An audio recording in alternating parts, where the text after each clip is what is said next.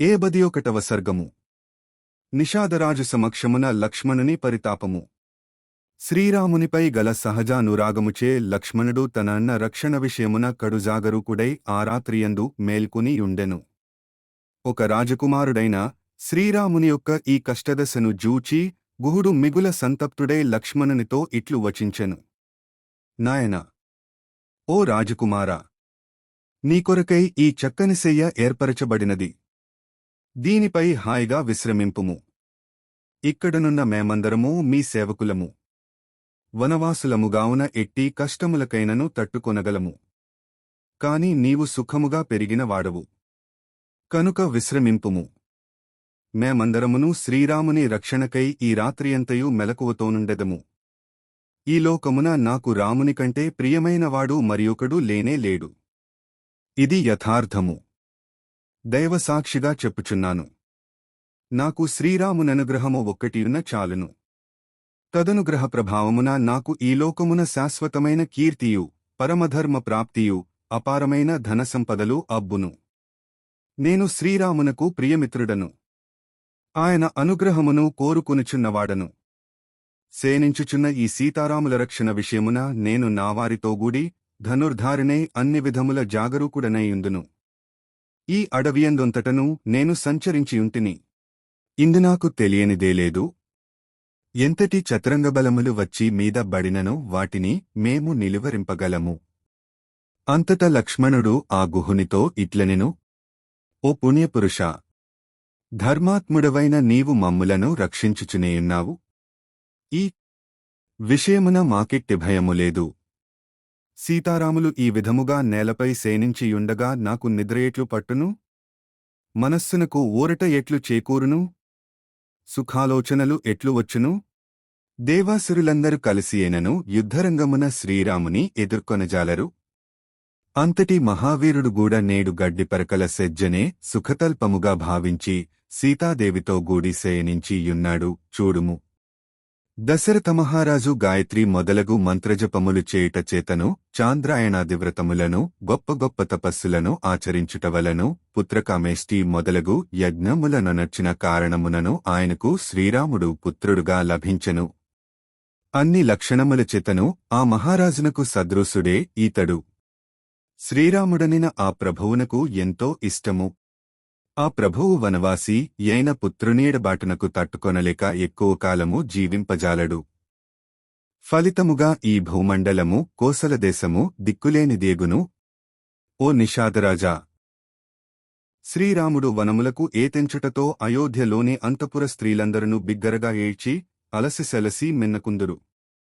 అందువలన ఇప్పుడు రాజభవనమునందంతటను నిశ్శబ్దము ఆవరించి యుండునని తలంతును. రామజనని కౌసల్యాదేవియు, మహారాజు దశరథుడును, మా తల్లి సుమిత్రాదేవియు వీరందరూ ఈ రాత్రి వరకు జీవించి యుందురోలేదో చెప్పజాలను. ఒకవేళ సుమిత్రామాత శత్రుఘ్నుని కొరకైనను జీవించియుండుట సంభవమేమోగాని వీరపుత్రునిగన్న కౌసల్యాజనని మరణించుననడి ఆలోచన మాత్రము నన్ను మిక్కిలి కృంగదీయుచున్నది. అయోధ్యా ప్రజలందరూ మహారాజుపై గాఢమైన అనురాగములు గలవారే. ఆ నగరము ఎల్లరకునూ సుఖసంతోషములను గూర్చున్నది. రాజు మృతి చెందినచో ఆ నగరవాసులు అందరును పెక్కురీతిల వ్యథచెందుదురు. పరిణామమున ఆపురము నిర్మానుష్యమగును. సద్గుణ సంపన్నుడును జ్యేష్ఠుడును అగు ప్రియసుతుడు కనుల ఎదుటలేక దూరముగా వెళ్లిపోయినచో మహాత్ముడైన సుతిమెత్తని మనస్సుగలవాడైన దశరథ మహారాజు యొక్క ప్రాణములు ఆయన శరీరమున ఎట్లు నిలిచియుండగలవు? మహారాజు దశరథుడు తన ప్రాణములను వీడినచో వెంటనే కౌసల్యామాతయు అసువులను కోల్పోవును. అనంతరము మాతల్లి సుమిత్రాదేవియు వారినేనుసరించును. మాతండ్రి దశరథుడు శ్రీరాముని యువరాజ పట్టాభిషిక్తుని గావింపదలిచియు తన ప్రయత్నము భంగమగుటచే మనోరథము నెరవేరకపోవుటచే అయ్యో, శ్రీరాముని అభివృద్ధిని గూర్చి నేను గన్నకలల నీయును కల్లలైపోయెనేయని అతడు మిగుల కుమిలిపోవుచూ దివంగతుడగును. మా తండ్రి అట్లు మరణించుటయే సంభవించినచో ఆ సమయమున ఆయన సమీపమున ఉండి మహారాజునకు సమస్త ప్రేత సంస్కారములను ఆచరించునట్టివారే భరతాదులే వాస్తవముగా కృతార్థులు, వారే అదృష్టవంతులు. మేము ఆ భాగ్యమునకు నోచుకొనలేదు. ఆ అయోధ్యానగరము చూడముచ్చటైన వీధుల కూడళ్లతోడను ఇండ్ల ముంగిళ్లతోడను అలరారుచుండును. అందలి రాజమార్గములు విశాలములై చక్కగా రూపుదిద్దుకుని గృహపంక్తులతో విరాజిల్లుచుండును.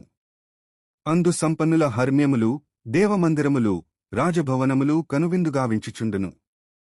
ఆ పురము ఎల్లప్పుడునూ దేవదాసీగణముల నృత్యగాన వినోదములతో శోభిల్లిచుండును. అచటి వీధులు అటునిటు సంచరించుచున్న రథములతో, అశ్వములతో, గజములతో నిండియుండును. ఆ పట్టణము వివిధ వాద్యనాదములతో మేళతాళములతో ప్రతిధ్వనించుచుండును. కళ్యాణోత్సవములు, పుత్రజన్మాది మహోత్సవములు మున్నగు వేడుకలతో కలకలలాడుచుండును. అందలి ప్రజలు చక్కని శరీరపుష్టి గలిగి ఆరోగ్యభాగ్యములతో సుఖశాంతులతో వర్ధిల్లుచుందురు. అచటి పుష్పవాటికలు, ఉద్యానవనములు, క్రీడా మైదానములు మనోహరముగానుండును. సమాజమునకు సంబంధించిన హరికథలు, పురాణ ప్రవచనములు, నాటక ప్రదర్శనములు ఆ పురజనులకు వినోద విలాసములను, మనోవికాసమును గూర్చుచుండును.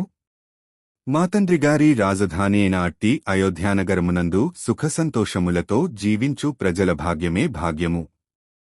మేము మావనవాస దీక్షను ముగించుకొని తిరిగి వచ్చువరకును మాతండ్రి దశరథుడు జీవించియుండునా. సత్యవ్రతుడైన ఆ మహాత్ముని దర్శన భాగ్యము మరల మాకు అబ్బునా. శ్రీరాముని వనవాసవరతము ముగిసిన పిమ్మట మేము అయోధ్యను చేరువప్పటికీ సత్యసంధుడగు దశరథ మహారాజు క్షేమముగా ఉండునా. మరల ఆయనను చూచెడి అదృష్టము మాకు పట్టునా. మహాత్ముడును రాజకుమారుడును అయిన లక్ష్మణస్వామి ఈ విధముగా దుఃఖార్తుడై పరితపించుచుండగా ఆ రాత్రి గడిచిపోయెను. ప్రజల మేలు కొరకే పాటుపడెడు రాజపుత్రుడగు లక్ష్మణుడు అన్నయ్యగు శ్రీరామచంద్రునిపై గల అనురాగ కారణమున ఈ విధముగా వాస్తవ విషయములను వివరించుచుండెను. ఆ పలుకులను వినుచున్న నిషాదరాజగు గుహుడు దుఃఖపీడితుడై జ్వరబాధకులోనైన గజరాజు వలె మిక్కిలి వ్యాకులపాటుతో కన్నీరు కార్చెను. వాల్మీకి మహర్షి విరచితమై ఆదికావ్యమైన శ్రీమద్ రామాయణమునందలి అయోధ్యాకాండమునందు 71వ సర్గము సమాప్తము.